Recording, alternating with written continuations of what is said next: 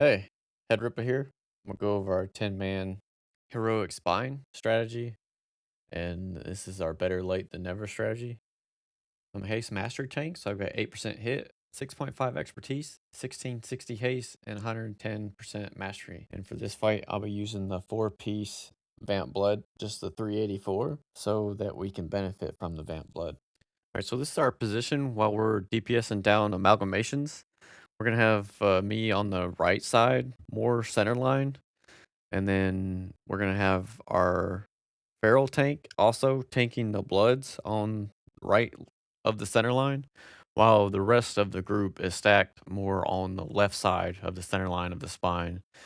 We're positioned this way so that our tanks are on the right side to be able to get the buff that gives us the damage reduction, so that when our paladin is dispelling the death, that it has a chance to jump across the spine to the right side where our tanks are and turn into the damage reduction blood.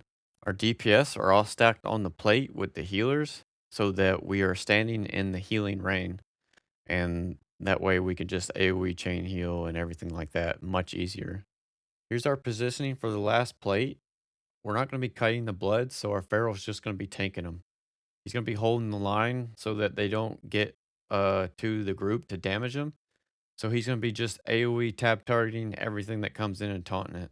Our Paladin's going to switch his beacon to the Feral at this point, and everybody's doing single target damage only to the Amalgamations.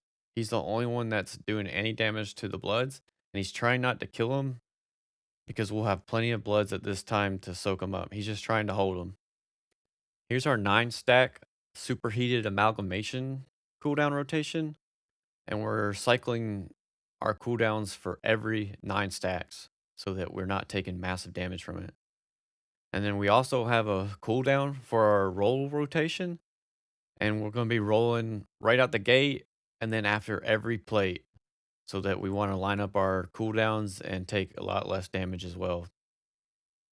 All right, we're going to start the fight with a pre-pull timer so everybody can do their pre-pull shenanigans. I'm gonna army just for the RP. I'm gonna pretty much horn when I'm falling. When we go down there, we're gonna have people assigned to different sides of the tentacles, and we're gonna kill them and leave one of them up, trying to get them so that they're all die at the same time. And we're gonna group up over here on the right and roll off these amalgamations. So I'm gonna D&D over here to get initial threat, taunt this first one out here, and just we're all rolling. So we're gonna hit our cooldowns to roll. Aura Mastery, Vamp Blood, Heal and Rain. We're going to pop this tentacle and start just chopping it down. Our Druid and all of the other ranged casters are going to be stacking on the plate so that we can maximize our AoE healing. And I'm just going to hold him right here, and we're all doing single target damage to this amalgamation. DPS is going to stop doing their damage around 50%. And I'm just going to be chopping it down with death strikes, trying to stay healthy, and that way we're not taxing our healers as much. Our mage and hunter are in charge of the grips, so that when grip comes out, they're going to be focusing it and doing 20% damage to it, and then stopping. So if it's at 90% health, you want to get it to 70% health and stop damage on it, because you don't want to do any extra damage to the corruption than what you have to. You just want to get it to break the grip. And we're having our mage and our hunter do it, and they're not casting any dots or anything on it. We don't want any more amalgamations than what we have to kill, so we don't stack up our degradation debuff. Our ferals just taunting in the bloods and killing them. Only our druids are hitting bloods, so only our boomkin and the feral. Nobody else is doing any damage to bloods at any time. Once he gets 10%, I'm gonna go ahead and soak up the bloods that are just sitting there, pulled up, and get him a 9 stacks, put him against the left side of the plate, and then we're gonna stack up for nuclear blast, and then we're gonna get to blasting the tendon. While we're sitting there waiting on the nuclear blast to go off, our damage dealers are gonna kill the remaining tentacle so that he doesn't grip anybody during burning tendon phase.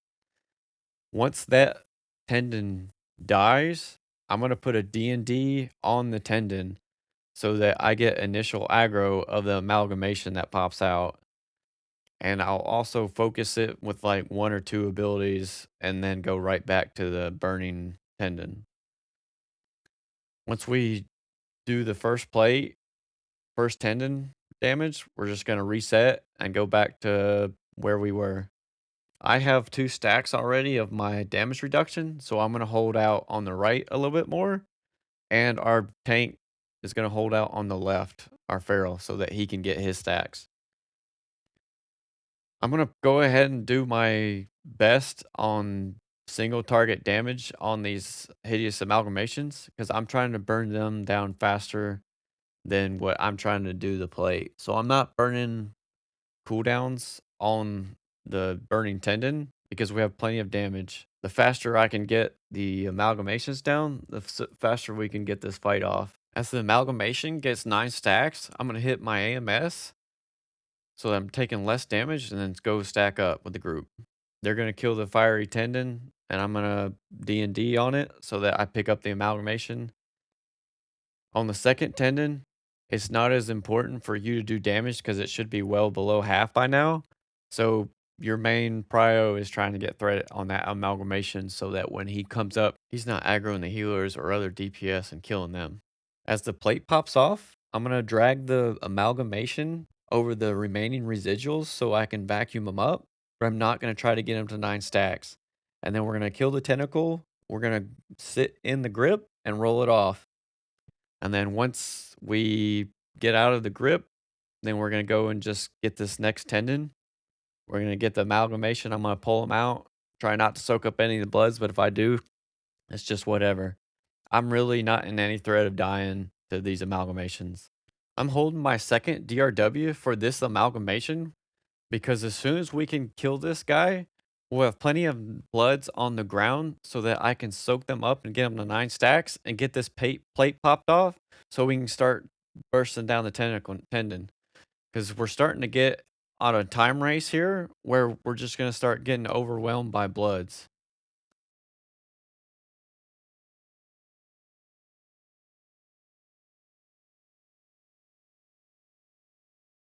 Once he gets 10%, same thing. I'm going to run him over the bloods, put them on the plate. Everybody's going to stack in the back. They're going to damage it and kill it. We're using our cooldowns. That's assigned. The tendon dies. I put my D&D on it. I'm going to start doing a little bit of damage to the tendon. And right here, I'm going to back up just a little bit every time I do a heart strike so that I can get passive damage on the hideous amalgamation. And that way I just get a little bit more threat on him. But the plate reseals. I'm going to go ahead and pull out the amalgamation to the side. I'm going to let the group adjust, and then I'm going to adjust off them. Once I get this guy positioned where I want him, and I'm inside the healing ring and I'm feeling like I can burst, I'm going to go ahead and hit my third DRW on this guy. So I'm doing the same thing to this guy as I wanted the last one. I'm trying to burst him down. So I'm maximizing my single target damage on him because we have plenty of bloods on the ground. I just need to get this guy dead, soak up the bloods, get that plate popped off. We have healers that are assigned to each one of the Searing Plasma debuff that the tentacles are applying to the raid. So their main prio is trying to heal off that Searing Plasma. Our priest is mainly just doing DPS to the amalgamations. So he's just kind of hitting it with smites and he's doing his holy fire on them. Same thing with the corruptions.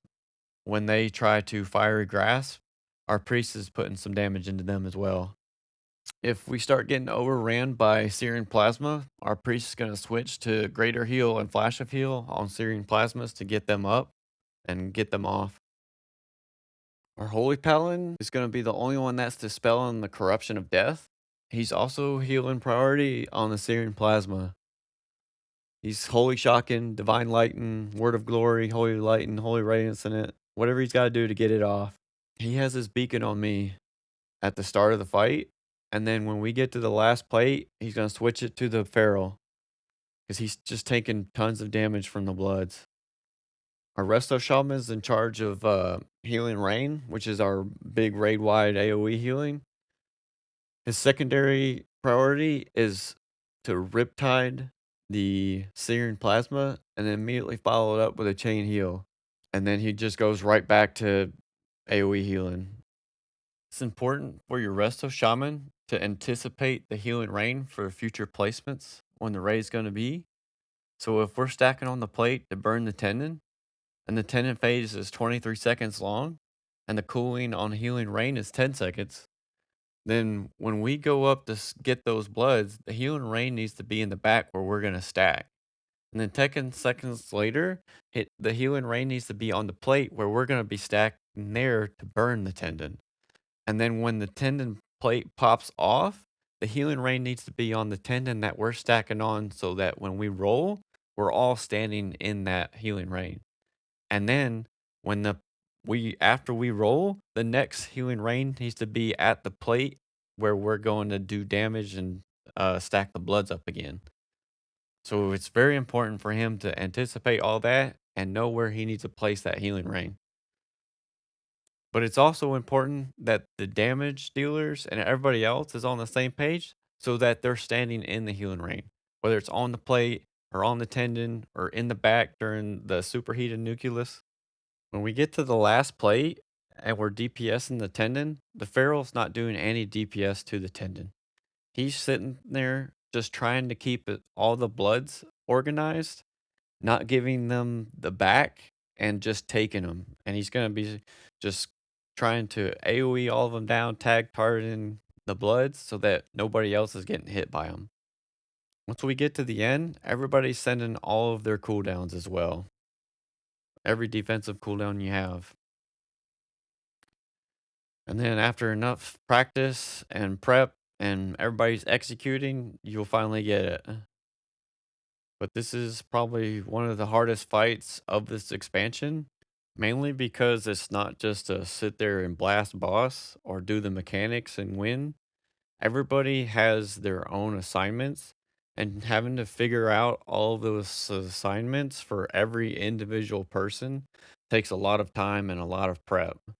So it's important that everybody has all of their assignments sorted out before you even go into the raid. Because one guy not having his assignment and executing it properly will wipe the raid. It doesn't matter if it's a DPS not standing where they're supposed to be, not attacking what they're supposed to be. It doesn't matter if it's a healer missing their cooldown rotation or not healing the right target at the right time, or even if it's a tank not standing in the right spot at the right time. Anybody not executing their assignment will wipe the raid, and then you'll be right back where you started. And since this fight is easily a 10-minute plus fight, once you guys wipe 4, 5, 6 times, that's 40, 50, 60 minutes gone. And next thing you know, your raid time's over for that week. So get your assignments sorted out, get everybody on the same page, go in there and execute the plan, and get this boss dead, and then move on to madness. All right, bye.